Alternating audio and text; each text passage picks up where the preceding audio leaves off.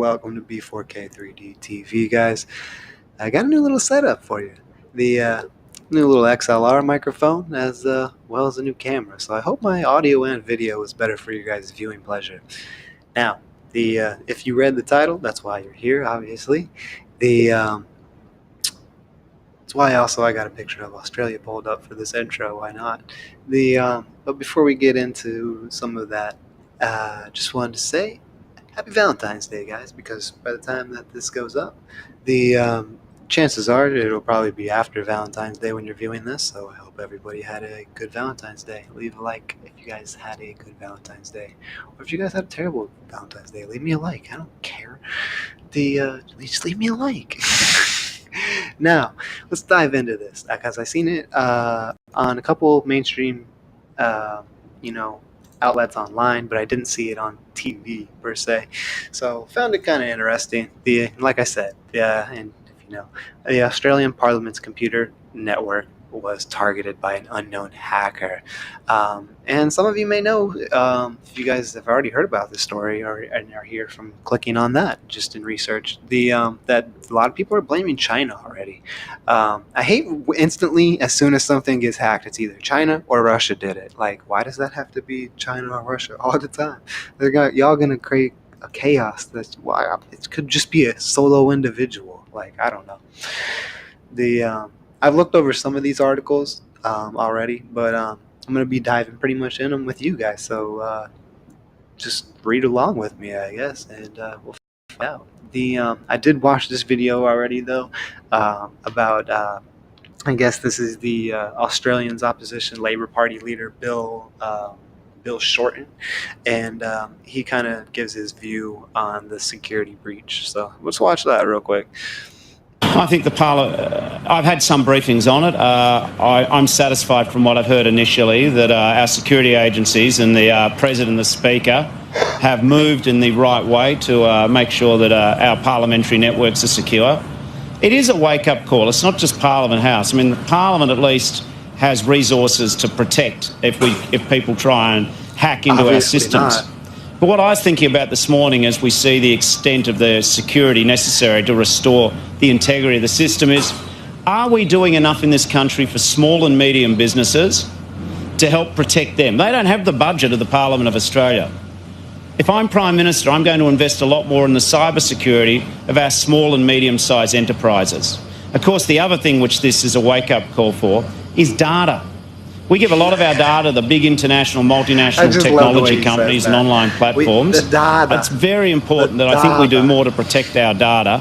That's why I think the government, in its sort of rushed and botched rollout of the My Health record, shows that they've got to join the dots in this government.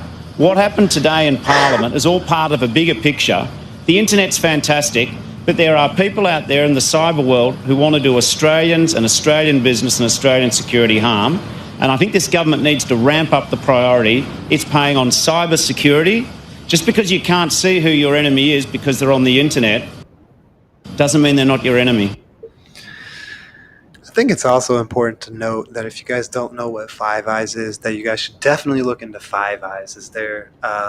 Australia is a part of Five Eyes, so it's like this international ring of like spying that happens. It's pretty interesting.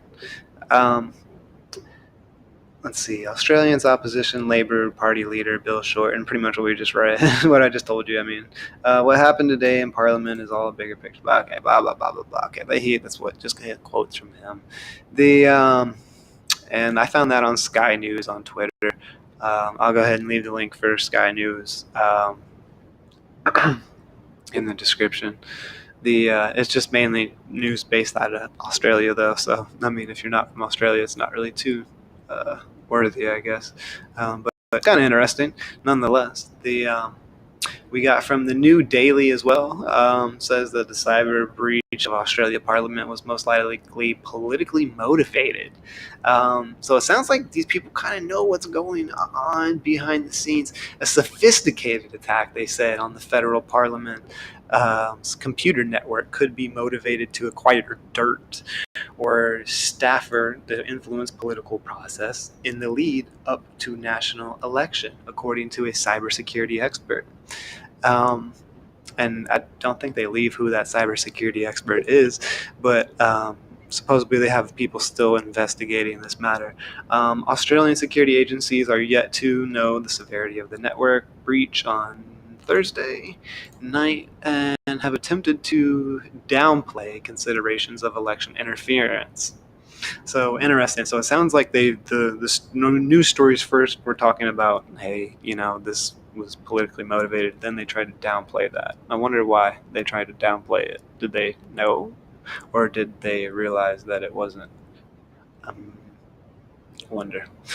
The public broadcaster said agencies were looking into whether China was behind the incident. Uh, Sources, let's see. Oh, but sources told ABC the attack was sophisticated this time around. In the acknowledgement of Parliament, had upgraded its cyber defense since an attack by the Chinese agencies in 2011. Okay, so they have a past of this stuff, I guess. That's not the hottest. That's a strike against China, man. You can't just be out here doing that nonsense. What you doing?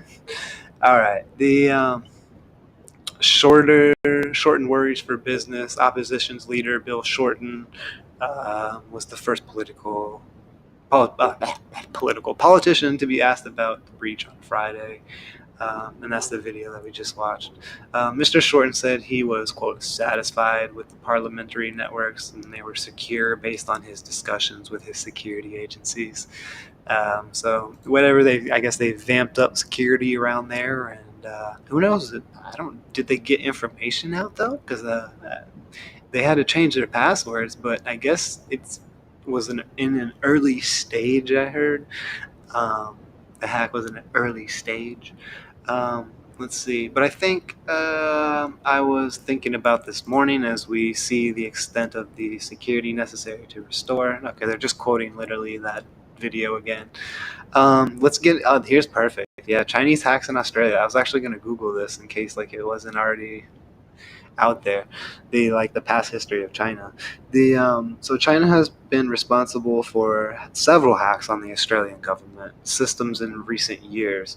China's intelligence agencies breached Parliament Computers Network in 2011 and reported that the hackers may have read MP, I don't know what MP stands for, and staffer emails for months. The nation has also previously hacked the Bureau of Meteorology. I remember that though, and that was like weird. I was like, why would they hack the Bureau of Meteorology? In 2018, the Australian government condemned Beijing after the U.S. charged two Chinese hackers with the global state-sponsored cyber theft targeting companies and government agencies in at least a dozen other countries. Wow. So China, I guess, has a past of messing with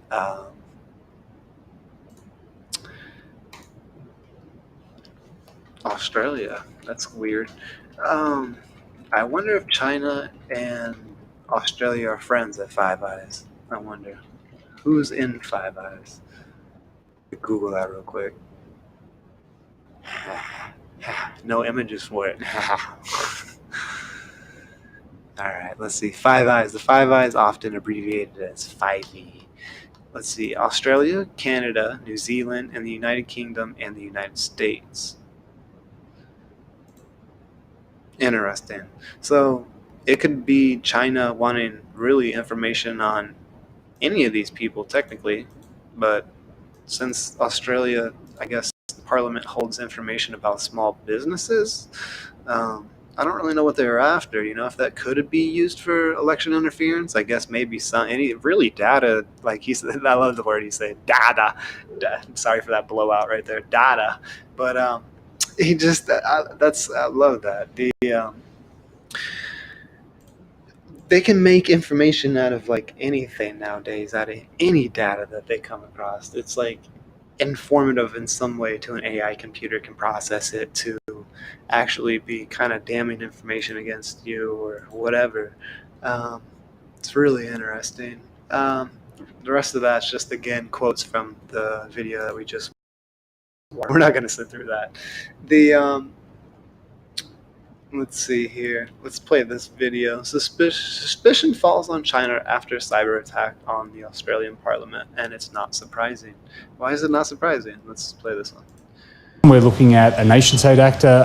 We haven't had formal attribution given in Australia to any individual attack on Australia, but the reports that have come out have been that it was a nation-state, China, behind that. That's all hasn't been officially confirmed. And this time again, it looks like another nation-state might be behind this attack as well.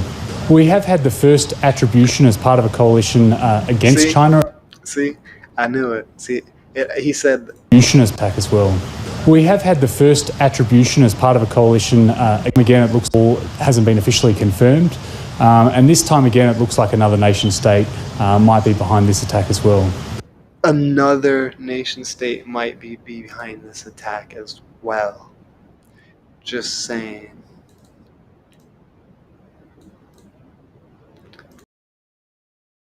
I don't think it's China. They can make themselves look like anybody online. I don't know. It's kind of weird.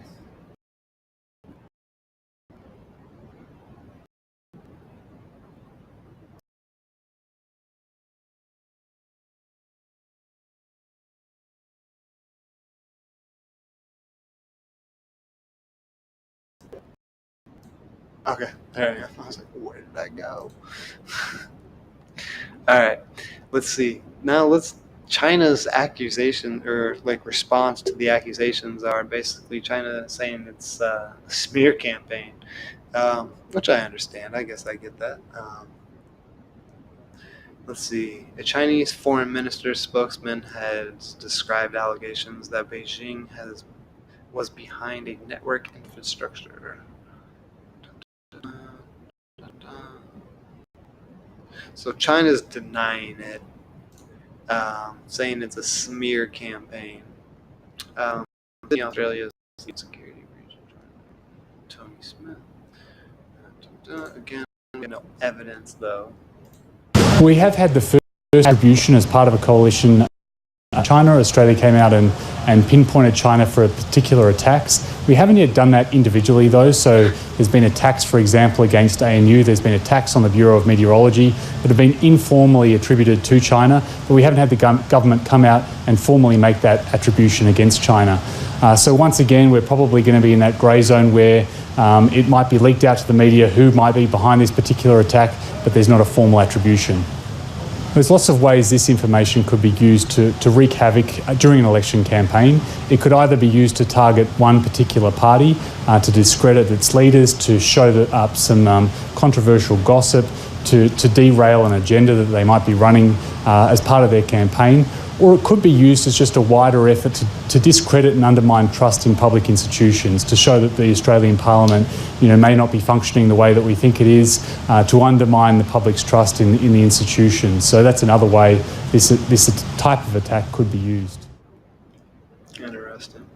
So kind of like what we read before in the other news article, really. Why is the finger so quickly pointed at China? That's what I want to know too. Why is it? Granted, they did it in the past, but that doesn't mean that they did it every single time. And in this political landscape, I feel like we just can't be throwing around accusations like that. Just saying.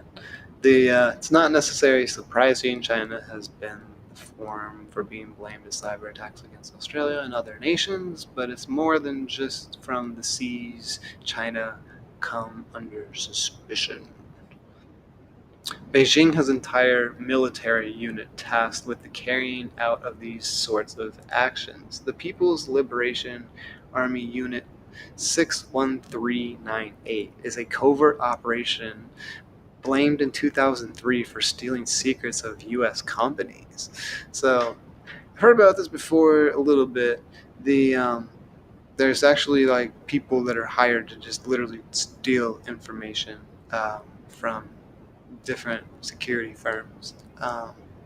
So when Australia's parliament is hacked, a pretty blatant act by a state or a group, it's easy to point the finger at Beijing, even though Russia and North Korea are also, quote, bad actors, known to have carried out cyber attacks throughout the world.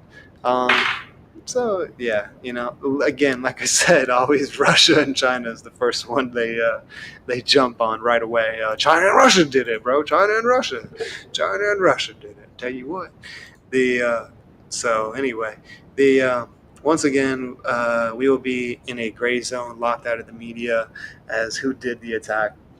Just honestly, we're never gonna know. In this world, you never know. It just gets too crazy. Um, and again, what have they been blamed for? Da da da. I don't get why they would hack into the meteor. What would they hacked into the meteor place?